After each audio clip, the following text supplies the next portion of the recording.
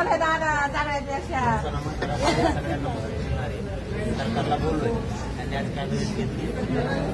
सगळ्यांना मदत करणार सगळ्यांना सांगितलं आहे ना